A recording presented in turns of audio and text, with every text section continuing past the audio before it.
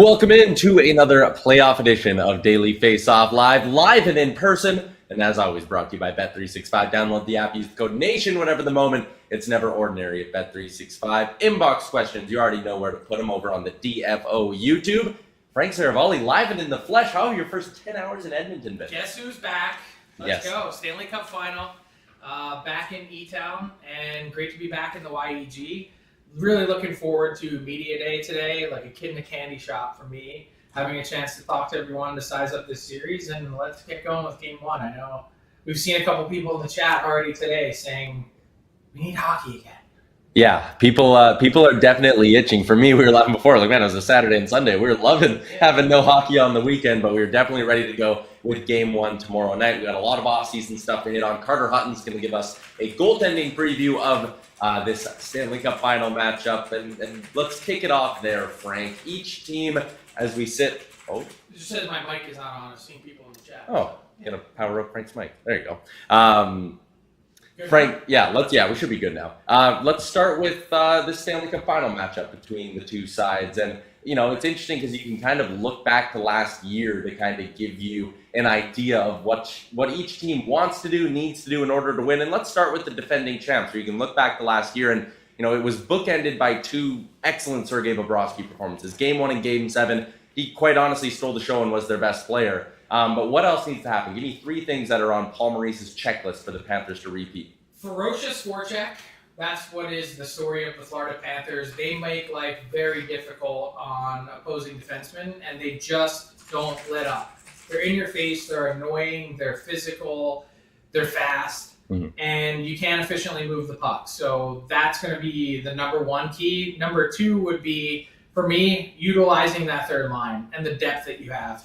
When you've got a third line as competent, as smart, as big brain as that Florida Panthers line is, you've got a real advantage. And so can they seize that? And then I think the last thing would be, can their stars, and we know Matthew Tkachuk is banged up, but can they continue to produce at the consistent level that they have? And I'm going to include Sam Bennett in that star category because he's put up 10 goals this postseason. If he scores at a similar rate in this Cup Final, they're going to have an unbelievable chance to win. So those would be my 3 keys: forecheck, third line, and then production from your top-end offensive players. They've almost all been consistently at that level so far this postseason. It's hard to do it through 4 rounds. Hey, like, part of the reason, and, you know, hand up, I had the Florida Panthers losing in round 1 to the Tampa Bay Lightning because my thought process was, at some point, I felt like they were going to run out of juice, and also the Matt Tkachuk injury was lingering. But the fact that they've gone, Frank, and basically whatever has been, call it a downtick in production from Tkachuk, Sam Bennett's picked it up and then some in these playoffs. It's been nothing short of remarkable. Like 10 goals in 17 games for a guy whose regular season career high is 51 points. It's crazy. Yeah, he's kind of saved their season, so to speak, with a heroic. Yeah. It's not just one performance, like back to back to back. Every round, he's finding some magic.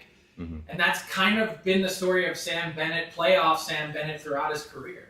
Yeah, so let's go over to Edmonton, where, I mean, off the jump, I can definitely think of a couple of things, Frank. Last year, their power play in the Cup Final was only working at 12.5%.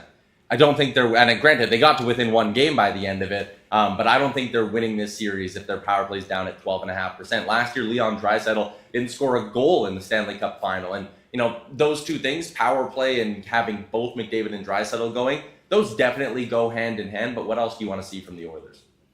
For me, it's going to be, can they, relating to some of the Panthers' strengths, right? Can the Oilers, number one, efficiently and cleanly exit their own zone? If they can do that and control pace, control the way the game was played, which they really did in rounds 2 and 3, and frankly, kind of since losing to LA in Game 2, they've been nearly flawless. So handling the forecheck, and related to that is you can't just gift wrap goals. Yep. They've been fantastic at that. This team, seemingly more than any other in the league, it's its own worst enemy at times. They beat themselves. It's hard enough to beat 31 other teams and be the last team standing. It's impossible if you also have to beat yourself along in the process. And so they've cleaned that up massively. So handling the forecheck, clean up your own end. And then the third thing would be Stuart Skinner. That's the one disparity that exists between himself and Bobrovsky, but he really outplayed Ottinger. He outplayed a Stanley Cup champion in Aiden Hill. And, like, look, he's in a spot where he can become a hometown legend. Oh, yeah. Never have to buy a drink in this town again. You are an Edmonton kid who helps lead your team to a Stanley Cup. It's an unbelievable story, particularly with how this postseason has played out. Wasn't the starter. And we'll get into Stuart Skinner and Cal Perry, the entire goaltending matchup in a minute with Carter Hutton. But to have all this play out the way that it has, get the net back, go on a run of shutouts, outplay Ottinger, I don't think any one of us could have seen it scripted this way, and that's part of what makes sports so fun. Yeah.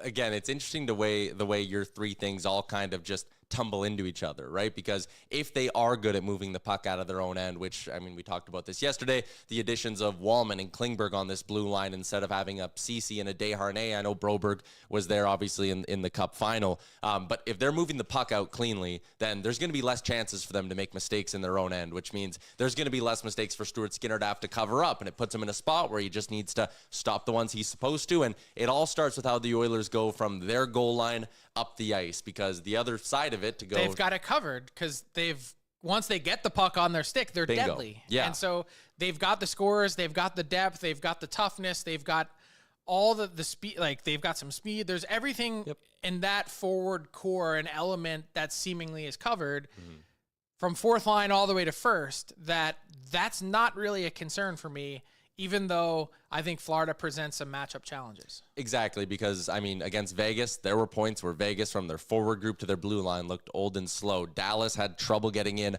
on the forecheck. Florida's not going to have troubles getting in on the forecheck, and it'll be the toughest test for this Oilers blue line so far in these playoffs, and obviously the toughest test for their goaltending. And again, we'll have Carter on in just a little bit, but for now, Frank, But just before we get to media day, though, like, you picked the Oilers in 5.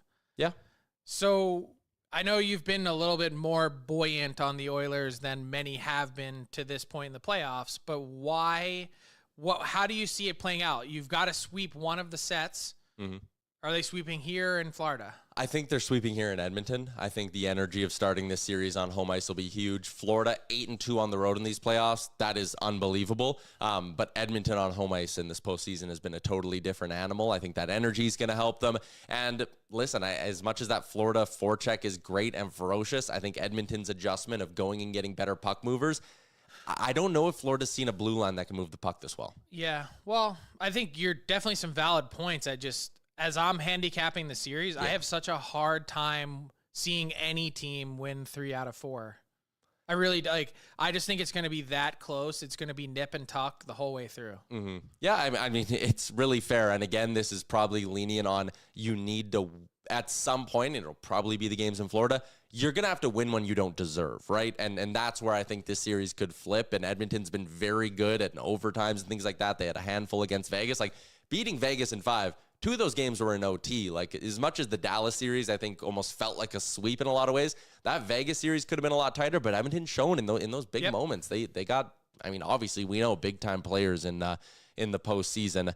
Let's go out to the offseason a little bit here, Frank. After our show ended yesterday, we got some pretty interesting news from out in Tampa Bay. The number 24 free agent on your board, Yanni Gourde, has been extended by the Bolts. They acquired him from Seattle at the deadline, and you see here 31 points in 57 games for Gourde.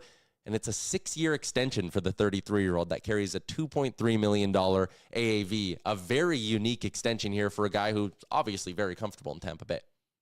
Yeah, and they seized on that comfort, right? Yeah. I personally, and this is just my opinion, and it's not going to raise eyebrows at the league level because it's such a minuscule relative amount of money, but I think that this contract borders on cap circumvention. Really? Because you're extending him all the way until he's 40. He's already been banged up. He's already slowed down in a significant way. And I think basically what you're doing is artificially lowering the AAV. There's not really any intention, I don't think, on either side. Just like Chris Tanev signing his deal in Toronto, do we really think that Yanni Gourde's going to be playing at 38, 39? I think this might be a 3-year deal.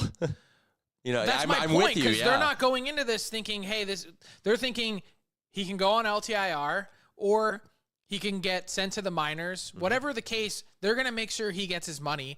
And in the end, as he was heading toward free agency, all he really cares about is A, staying in Tampa, and B, making sure that he has security, which is $18+ million, $20 million, pretty good, whatever the number is. It's great for him. But for the rest of the league, they're looking at this going, wait, you already have a no state tax advantage. And now you're adding in this type of deal, which, I mean, who's kidding who? No one really thinks that he's playing the whole term of this deal.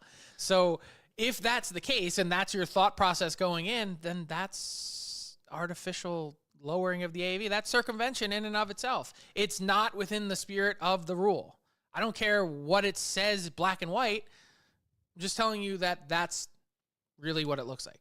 We know the NHL is a copycat league, Frank. So I started to look through your free agent board, and I'm like, okay, what other teams are going to sit there and maybe try to go this angle? And listen, it takes a perfect circumstance of a player wanting to stay in a spot, take the lower AV, 6-year term. Tampa Bay, we all know about the state income tax conversation and all that.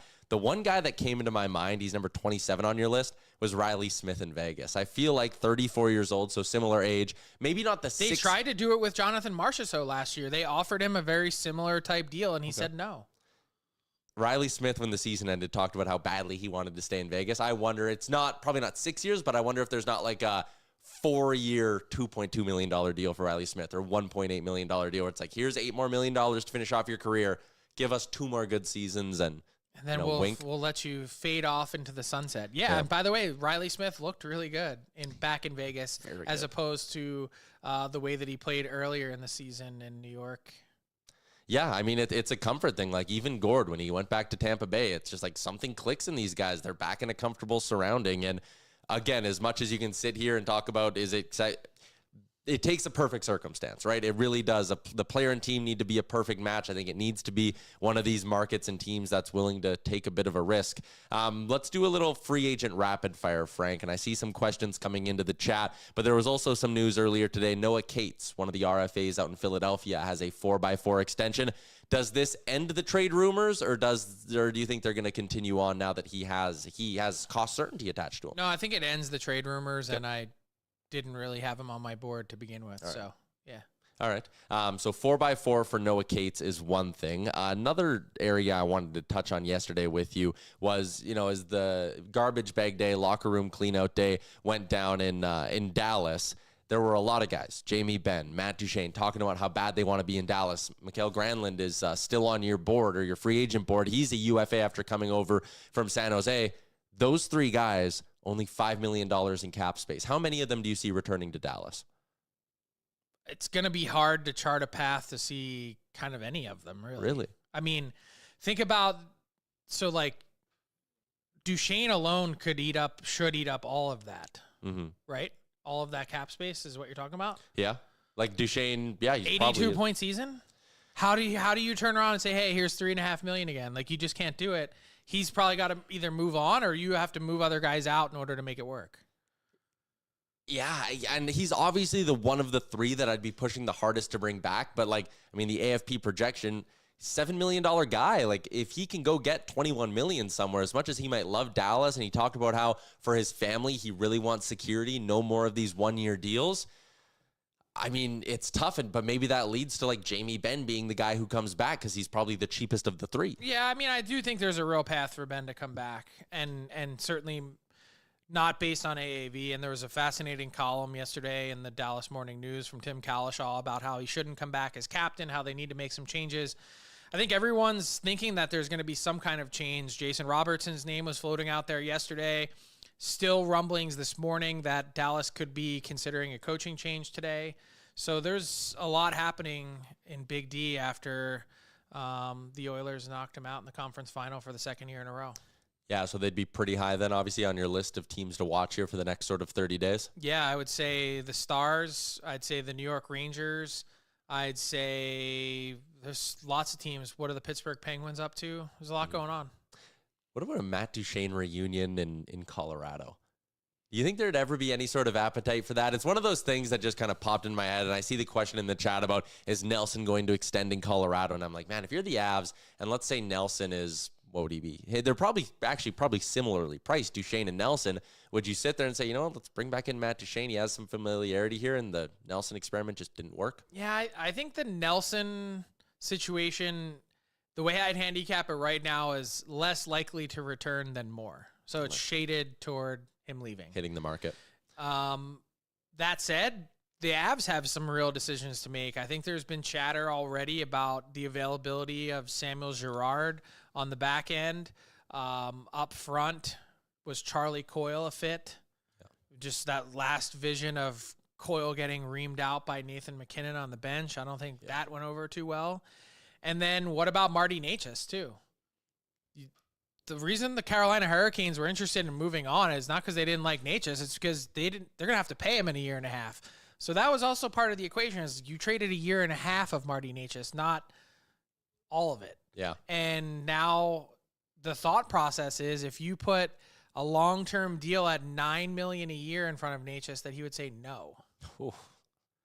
So it becomes very expensive in a hurry. And then all of a sudden you're, okay, Necas 9 plus 10. Should we have just kept Rantanen?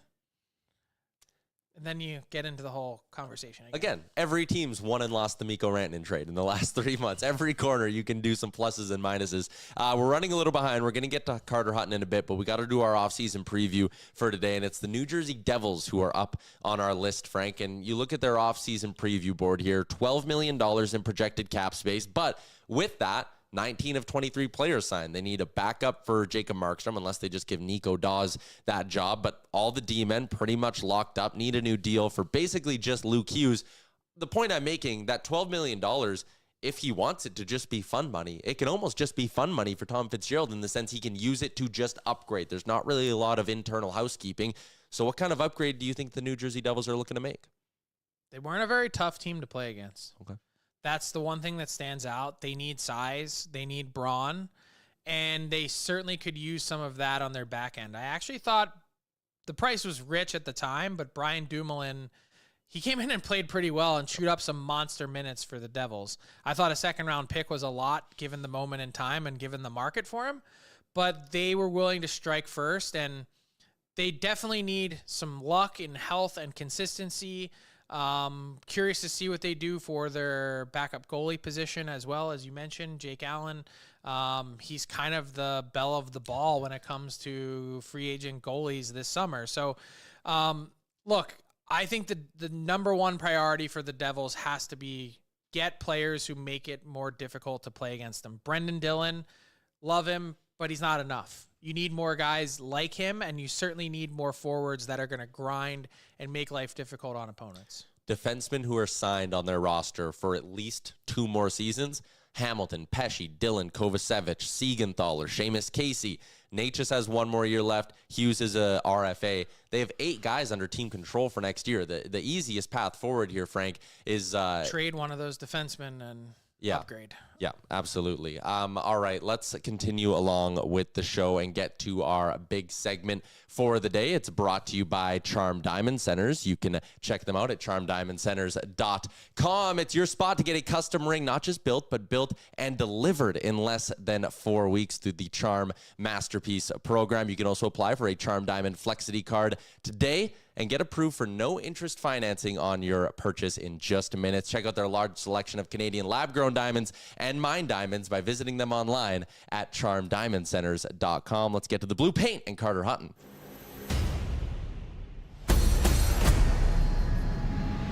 Always a pleasure to welcome our boy Carter Hutton to the program. And let's dig into this Stanley Cup Final rematch, Carter, between Stuart Skinner and Sergei Bobrovsky. And for the second straight year, it's Stuart Skinner coming into this series after playing really well in the Western Conference Final. How much of Skinner's play is him turning his game around? How much of it is the Oilers just playing really well in front of him?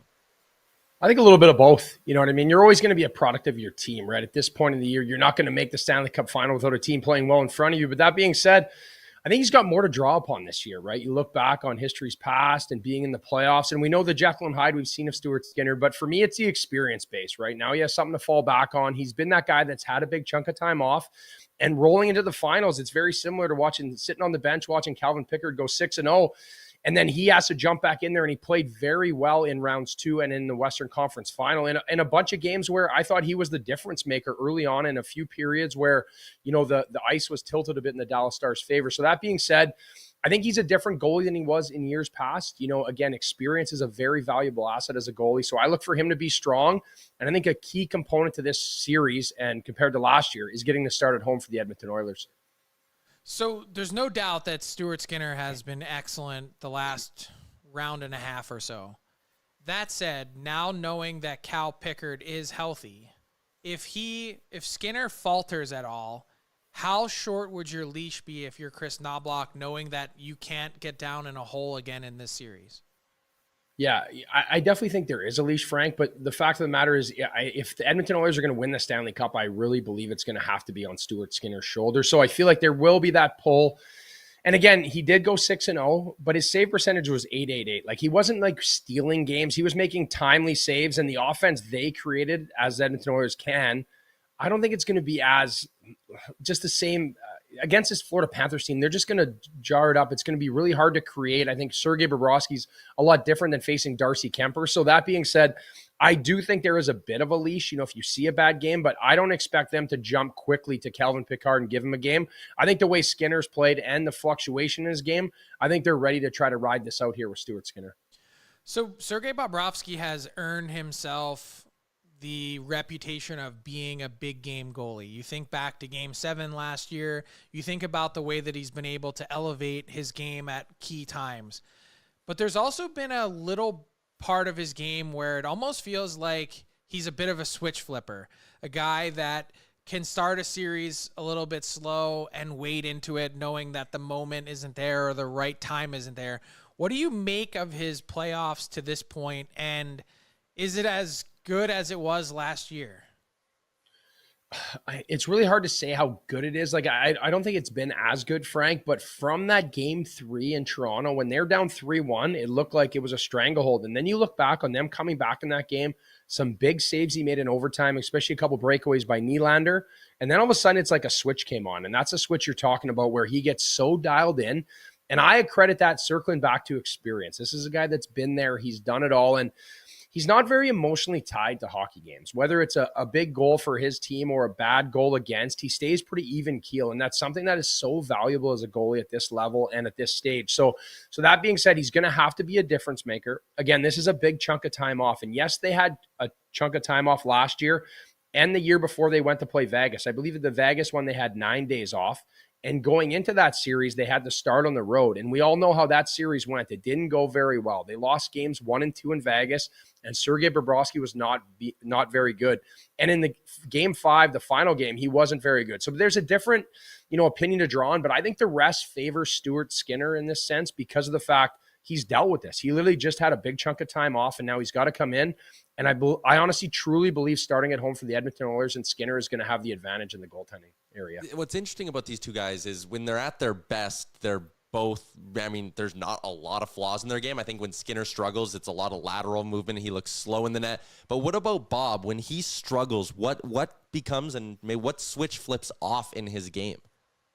I think, again, he's just over athletic, right? At times, something that I probably struggled with, not to compare myself to Sergei Bobrovsky because he would be on that upper level. Someone ever said I'm over athletic. I've never heard that. Over athletic. But, honestly, my problem is, Frank, I used to chase the game too much, right? Where when I was younger in my career and it was a night where maybe I wasn't getting a lot of action, it's almost like I wanted to put my mark on a game and I started trying to chase pucks where with experience, you really start to understand that, like, you can't control whether you're going to get 40 shots or whether you're going to get 15. And I think for Bobrovsky, when he gets out of his realm where he just looks rock solid, is he starts to chase the game a little bit, where he wants to make saves, he wants to be active, he wants to be a difference on the game. So that being said, I think if they can make it hard on him, and it doesn't necessarily mean quantity of shots, it means quality with traffic, making it hard on him, making him chase the game, where I think the Oilers will have an advantage in that area. And vice versa for Stuart Skinner, letting it come to him. He's a simple goalie. He's a big goalie. When he's within his post and he's playing well, he's shifting, he's letting the game come to him. And similar to me, I never had that advantage really in my game. I had to be athletic. But for Skinner, when he starts to chase the game in and get outside his posts, we've seen his scramble game. It's not going to tend well for him. All right, quickly, who you got in the series and why? I like the Edmonton Oilers in 6 here. I just think Connor McDavid, Leon Draisaitl, they're way too good of players to go down 3-0 like they did last year. And I think Stuart Skinner's going to grow from last year's experience. And man, it'd be a shame sitting here in a few weeks and not seeing Connor McDavid lift the Stanley Cup, Frank. Before we let you go, we got this one in the chat, and I kind of wanted to pick your brain on it too. The Ottinger versus DeBoer thing, Ottinger getting pulled in the way he did at the end of a timeout. What did you make of that? And then maybe a little story time. Did you ever have like a real awkward pull in your career? Okay, well, I've had awkward pulls, trust me. There's been some bad ones, a couple shots out of the game, but the worst one I ever had was, I consider the one with Barry Trotz. We lost 2-1 in Carolina, and this was when Pekka Rinne was hurt, and I was just kind of cutting my teeth in the NHL, and he told the media it wasn't good enough to play in the NHL. Like, that goaltending's not good enough for the NHL, and I got absolutely roasted on it. The next day, we had a tough conversation behind closed doors. He was apologetic, but it was one of those ones where it was a little bit of self-preservation, and that's what I felt Peter DeBoer was doing in this situation. But that being said, he also didn't have his star goalie that's locked up for 7 years making 8.25, and I don't care what you want to talk about his numbers, his playoff numbers versus regular season numbers, they're pretty consistent. Save percentage, he's played a lot of minutes, and starting goalies like Jake Ottinger don't grow on trees, and he's 26 years old, so I didn't like how this was handled. I think things can be said behind closed doors. But that being said, I really hope things work out in Dallas because he's one hell of a goalie. Yeah, we'll see if Pete DeBoer lives that down. Yeah, it'll be interesting. Yeah. Hut, enjoy the Stanley Cup Final. Thanks for popping on, man. Thanks, guys.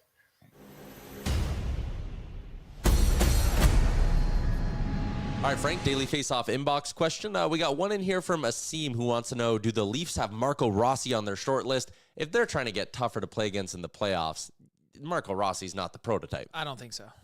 Yeah, I really, really don't see that. I think, again, teams... Their ideal third-line center is John Tavares. I don't know why you need to reinvent the wheel here. Take the deal right in front of you for a really who produced more than Marco Rossi did last year. I know Rossi's way younger, but definitely has more compete and is probably going to come cheaper. Yeah, again, teams who are looking to inject some serious skill into their top six, like we were talking about New Jersey. Again, that's not the kind of guy New Jersey should be going after, but a team like Philly, is that a potential fit for them if you're just looking for just skill? I could see that. Maybe you try to stack a couple young players and they don't have any centers, so maybe that makes sense. But still, probably a really good supporting cast player, not a driver. Yeah. Let's get to our daily bets for Bet365, an official partner of the Stanley Cup playoffs. Whatever your bet, it's never ordinary at Bet365. Game props, player props, totals, money line. Even before this cup final starts, you can get in on some really interesting futures bets. An official partner of the Stanley Cup playoffs. Download the app, get in on the game. Must be 19 or older. Yesterday, I gave you the Oilers goal scorer props for the series I like. Today, Carter Verhaeghe to go 3 or more goals is plus 160. I like that spot for Verhaeghe. He's gotten 2 so far in every series. Scored some big ones against the Oilers last year, though. He's a big part of their power play. I like Verhaeghe, and you can also play together Bennett and Verhaeghe to each go over 1.5, and that also pays out plus 140. So similar kind of payouts here, but Bennett and Verhaeghe, again, picking up the slack with a guy like Matt Tkachuk, not quite producing as much. I like both those guys. Yeah, I don't know that Verhaeghe's been as good as he was last year, and I really wonder if you were to inject truth serum into the Florida Panthers, how they feel about that extension. Whew, yeah, I mean, because this was the first year of it, right? They signed that on the heel, or is it the second year of it? I think it starts next year. Oh, yeah, it starts next year. I'm just looking at it now. $7 million until 2033. I mean, the thing is, though, like, I don't know if you're like this too, I keep needing to, like, remind myself to rewire my brain into, like, how much the cap's going up? Yes, but, like, how soon will we be in a spot with Verhaeghe that he's not producing at that level? Yeah, and that's totally fair, and you're right. At 34, 35 years old, if he's only a 20-goal scorer for you on your third line, I don't know, where does that value kind of land at the $7 million range? It's interesting. Let's wrap up the show, Frank, with a little bit of garbage time. Obviously, not just the Stanley Cup playoffs going on, but the Kelly Cup in the ECHL. And before the Kelly Cup, there was this great announcer's jinx moment in the ECHL. Let's take a listen. You know, I'm just going to say it. I'm not going to worry about the broadcaster jinx. David Tendek's got a shutout going. He's looking for his second shutout of the season. There, shutout, shutout, shutout, shutout. I can't set it, can't ruin it. It's up to the guys on the ice. In baseball, at times guys try not to mention the no-hitter. Nobody talks to the pitcher when they come back to the dugout. Not sure what it's like in hockey on the bench, but I'm going to go ahead and just say the word shutout to try and break the jinx here. Tendek's been solid here tonight against the Ghost Pirates, who have struggled to connect offensively and struggled to connect on the power play as well. McCullum with a drop pass, shot on, and they score. Okay, I'll take that one. That's my bad. The immediate recognition. That's hand up. Yeah, that was bad. That was bad. I mean, I don't believe in the jinx, but when you say it that many times, and then it's almost like you're putting it out into the universe. Yeah, I used to, when I first started doing play-by-play, whatever, like 6-7 years ago, I used to be like, hey, listen, I don't believe in the jinx. I didn't mind saying shutout. And then I realized that there's no upside in it for me. No one ever gives you an applause being like, hey, you didn't believe in the jinx. Good job. It only leads to people hating you. So I stopped. I started believing in the jinx. Right. There's no win. There's no win when you do stuff like that. So a tough lesson to learn. But yeah, as Lord Raiden says, he manifested it, I suppose. That is a wrap on today's edition of the show. Frank, off to Media Day at the Stanley Cup Final. Excited to hear what you get from down at Media Day. And then we'll be back right here tomorrow at noon Eastern. A Stanley Cup Final, game day edition of the show tomorrow. Can't wait. Everybody in the YouTube, great stuff. We'll chat with you again tomorrow. Enjoy your Tuesday.